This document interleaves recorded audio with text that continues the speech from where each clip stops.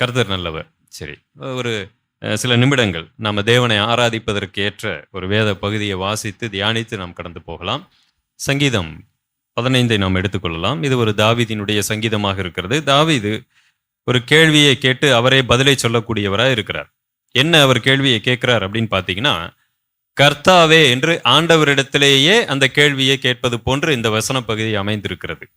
கர்த்தாவே, யார் உம்முடைய கூடாரத்தில் தங்குவான், யார் உம்முடைய பரிசுத்த பர்வதத்தில் வாசம் பண்ணுவான் என்ற கேள்வி அங்கு வைக்கப்படுகிறது. இவர் அன்றைக்கு இருந்த ஆசரிப்பு கூடார முறைமையை அடிப்படையாக வைத்து இந்த வார்த்தையை எழுதுகிறார். இஸ்ரவேல் ஜனங்கள் மத்தியிலே நான் வாசம் பண்ணுவதற்கு எனக்கு ஒரு வாசஸ்தலத்தை கட்டுங்கள் அப்படின்னு சொல்லி யாத்ராகமம் புத்தகத்திலே தேவன் அவர்களுக்கு ஒரு கட்டளை இடுகிறதை பார்க்கிறோம். இஸ்ரவேலர்கள் மத்தியிலே நான் வாசம் பண்ணுவதற்காக எனக்கு ஒரு வாசஸ்தலத்தை ஆயத்தம் பண்ணுங்கள் அப்படின்னு சொல்லுகிறார். இப்ப நமக்கு ஒரு கேள்வி எழும்புகிறது, தேவன் அவர்கள் மத்தியில் வாசம் பண்ணுகிறாரா, நாம் அவருடைய கூடாரத்தில் வாசம் பண்ணுகிறோமா? தேவன் அவர்கள் மத்தியிலே வாசம் பண்ணுகிறார் என்பதும் உண்மைதான், எந்த விதத்திலும் அதிலே மாற்று கருத்து இல்லை. நாம் அவருடைய கூடாரத்திலே வாசம் பண்ணுகிறோமா அப்படிங்கிற ஒரு கேள்வி இந்த வேத வசனத்தின் அடிப்படையிலே எழும்புகிறது. தாவீது ஒரு விஷயத்தை தேவனிடத்திலே கேள்வி கேட்பது போன்று கேட்கிறார். ஆண்டவரே, யார் உம்முடைய கூடாரத்திலே தங்க முடியும், யார் உம்முடைய பரிசுத்த பர்வதத்தில் வாசம் பண்ணுவான், அங்கு யார் வாழ முடியும்? இவருடைய பரிசுத்த அந்த பர்வதம் என்று சொல்லும் பொழுது மேக்சிமம் பார்த்தீங்கன்னா அந்த சீனாய் மலையை குறித்ததான ஞாபகத்தோடு இவர்கள் பேச வாய்ப்பு இருக்கிறது. எப்பொழுதுமே இஸ்ரவேலர்கள் மலையை அதிகமாய் மையப்படுத்தக்கூடியவர்களாக இருப்பார்கள். அதனாலதான் ராஜாக்கள் புஸ்தகத்துல எல்லாம் வாசிக்கிறோம், மற்றவர்களே இவர்களை பார்த்து சொல்லுகிறார்கள், இஸ்ரவேலர்களுடைய தேவர்கள் மலை தேவர்கள், நம்மளுடைய தேவனோ பள்ளத்தாக்குகளுடைய தேவன். பார்க்கிறோமா இல்லையா? ஒரு அரசனுக்கு அட்வைஸ் பண்றாங்க, அவர்கள் மலை தேவர்கள், நாம பள்ளத்தாக்குல இருக்கிறோம், அங்கிருந்து பள்ளத்தாக்குக்குள்ள நம்ம நடத்தி கொண்டு வந்துட்டோம்னா நாம ஜெயிச்சிடலாம். ஏன்னா மலை தேவர்கள்னு சொன்னா மலையில மட்டும்தான் அவருக்கு பவர் இருக்கும், கீழே பவர் இருக்காதுன்னு இவர்கள் நினைத்து கொண்டார்கள். அந்த அளவுக்கு இஸ்ரவேலர்கள் இந்த மலை அப்படிங்கிறதுக்கு முக்கியத்துவம் கொடுக்கக்கூடியவங்களா இருக்கிறாங்க. இன்றைக்கு கூட நிறைய மத இதுல பாத்தீங்கன்னா எல்லாம் மலைமலையா இருக்கும், எல்லா மலையிலையும் சாமியை நாம் கும்பிட்டு கொண்டிருப்போம். இந்தியாவே முழுவதும் மலை கோயிலாக தான் தெரிந்து கொண்டிருக்கிறது. அன்றைக்கு இஸ்ரவேலர்கள் அப்படித்தான் மலை தேவர்கள் அப்படின்னு மற்றவர்களால் அறியப்படக்கூடிய நிலைமையில இருந்தாங்க. அந்த பர்வதம் ஏன்னு கேட்டா, மோசேயும் தேவனுடைய சமூகத்துல போய் அங்கு வாசம் பண்ணி அங்கு கட்டளைகளை பெற்றுக்கொண்டு வருகிறதை பார்க்கிறோம்.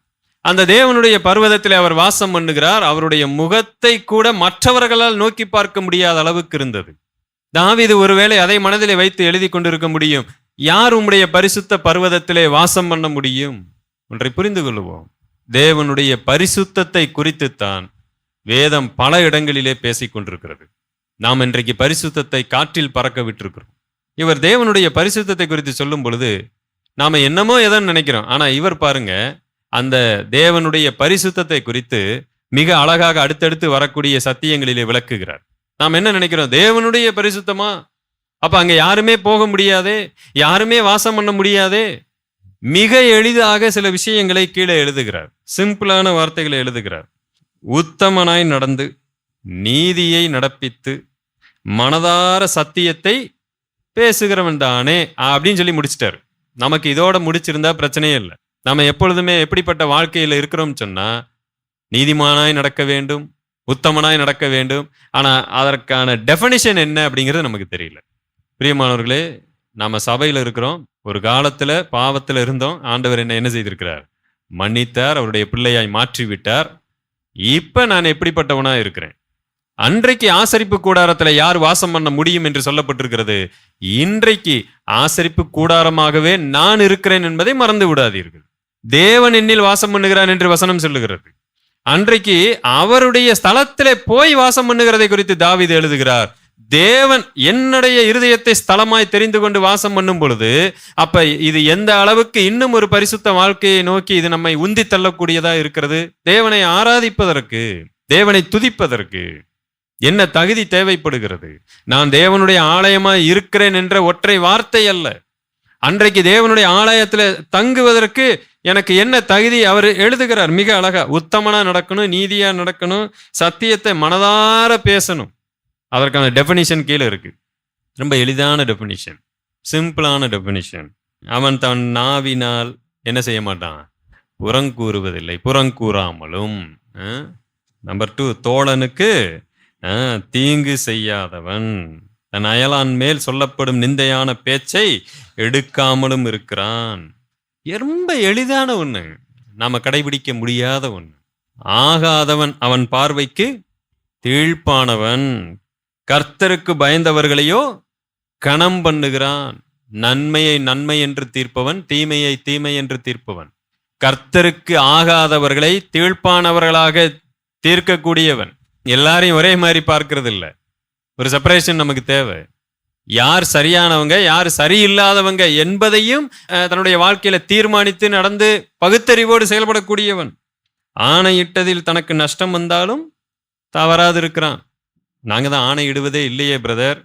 வேதம் சொல்லுகிறது, நீங்க எதற்காகவும் ஆணையிட வேண்டாம், எதற்காகவும் சத்தியம் பண்ண வேண்டாம். ஏன்? நீங்கள் பேசுவதே சத்தியமா இருக்க வேண்டும்.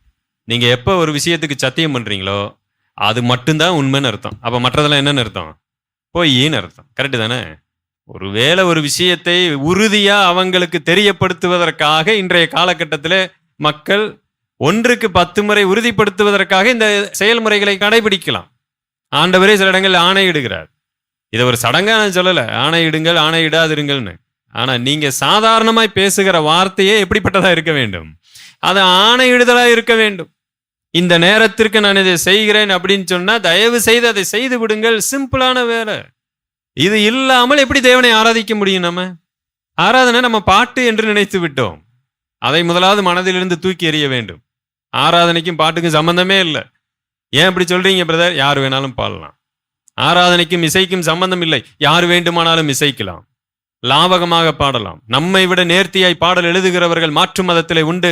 நம்மை விட நேர்த்தியாய் இசை வாசிக்கிறவர்கள் மாற்று மதத்திலே உண்டு. அவைகள் அல்ல.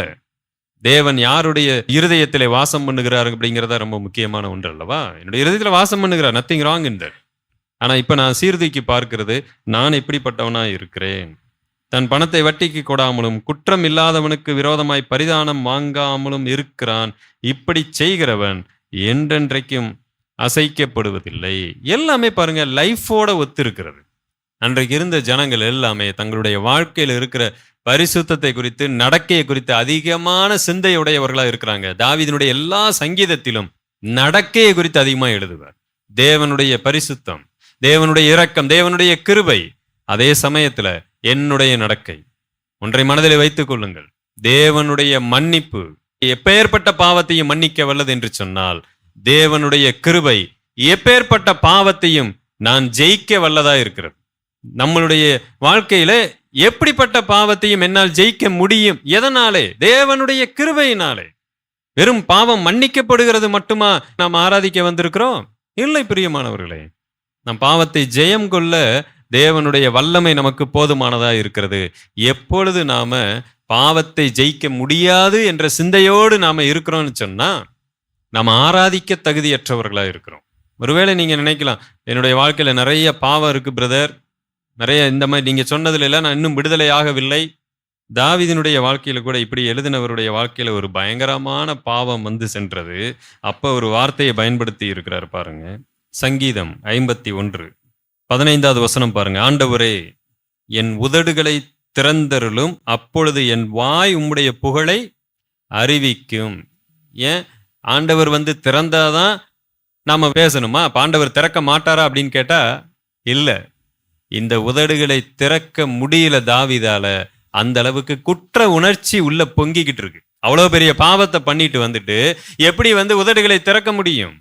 இதுதான் அர்த்தம்.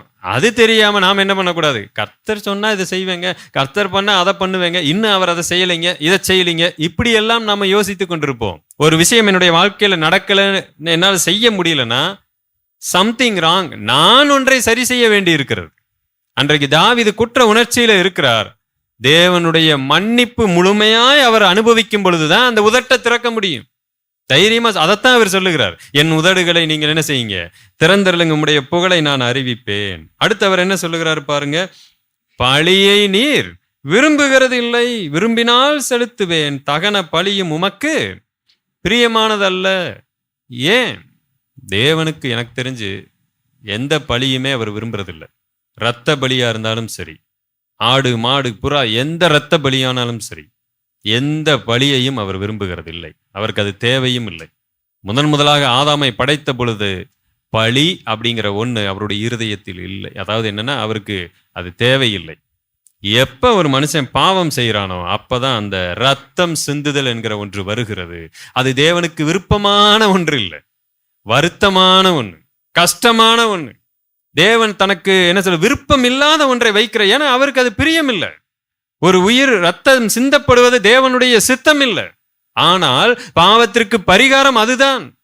வேண்டுமானால் புத்தியுள்ள ஆராதனை என்று சொல்லும் பொழுது ஜீவனுள்ள பலியா அவங்களை ஒப்புக் கொடுங்கன்னு சொல்லுங்க. அந்த பலி தேவனுக்கு பிரியமான பலி. நீங்க கொண்டு வருகிற ஆடு மாடு காணிக்கைகள் வேறு எதுவும் தேவனுக்கு பிரியமில்லை என்று தாவீது புரிந்து கொண்டார். அடுத்தவர் ஒரு வார்த்தையை சொல்லுகிறார், தேவனுக்கு ஏற்கும் பலிகள் நொறுங்குண்ட ஆவிதான், தேவனே நொறுங்குண்டதும் நறுங்குண்டதுமான இருதயத்தை நீர் புறக்கணியீர். நான் அதனாலதான் சொன்னேன், உங்க லைஃப்ல இன்னும் நிறைய என்னால் விட முடியல, அதை செய்ய முடியல, இதை செய்ய முடியல, ரொம்ப கஷ்டமா இருக்கிறது, நான் ஆராதிக்கிறதற்கு எனக்கு சங்கடமா இருக்கு பிரதர், அப்பத்திலே கை வைக்க எனக்கு கஷ்டமா இருக்கிறது, நான் அவ்வளவு தவறுகளை நான் செய்து கொண்டு இருக்கிறேன். தாவீது போல நாம இல்லை. ஒருவேளை சிலர் இருக்கலாம், நமக்கு நம்ம சபையில இல்லை. ஆனா தாவீது போன்ற அப்பேற்பட்ட பாவத்தை செய்த ஒருவர் கூட தேவனுக்கு ஏற்றபடி நொறுங்குண்ட இருதயம், அந்த உடைந்து போய் தேவனுடைய சமூகத்தில் வரும் பொழுது அதை தேவன் ஆசீர்வதிக்கிறவராய் இருக்கிறார், பார்க்கிறவராய் இருக்கிறார், அங்கீகரிக்கிறவராய் இருக்கிறார். உன்னதத்திலும் பரிசுத்த ஸ்தலத்திலும் வாசம் பண்ணுகிற தேவன் நொறுங்குண்ட இருதயம் உள்ளவர்களாகிய எங்களுடைய இருதயத்தை உங்களுடைய வாசஸ்தலமாய் தெரிந்து கொண்டீரே. எதற்காக? நாம் நொறுங்குண்ட இருதயம் கொண்டவர்களாய் இருக்கிறதுனால. நாம தியானித்த வசனங்கள், அவருடைய கூடாரத்தில் யார் தங்க முடியும்? நீதியை பேசுகிறவன், நீதியை செய்கிறவன். அப்படின்னா என்ன? மிக எளிது. சகோதரனிடத்தில் எப்படி நடந்து கொள்ளுகிறான்? புறம் கூறாதவன், சொன்ன வார்த்தையை நிறைவேற்றுகிறவன், எது நன்மை தீமை, யார் சரியானவர்கள் தவறானவர்கள் பகுத்தறியக்கூடியவன். பிரியமானவர்கள், இந்த ஒரு சாதாரண விஷயத்தை தான் ஆண்டவர் நிறைவேற்ற சொல்லுகிறார். இன்றைக்கு என்னுடைய இருதயத்தில் வாசம் பண்ணி இருக்கிறார். ஒருவேளை அது இல்லைன்னு சொன்னா ஆண்டவர் அதற்கும் ஆயத்தமா இருக்கிறாரு. நாம் நொறுங்கி தேவனிடத்துல அறிக்கை செய்யும் பொழுது எனக்குள்ள வந்து வாசம் பண்ணுகிற தேவனாய் இருக்கு. அப்ப இந்த உணர்வுள்ளவர்கள் மட்டும்தான் தேவனை ஆராதிக்கும்.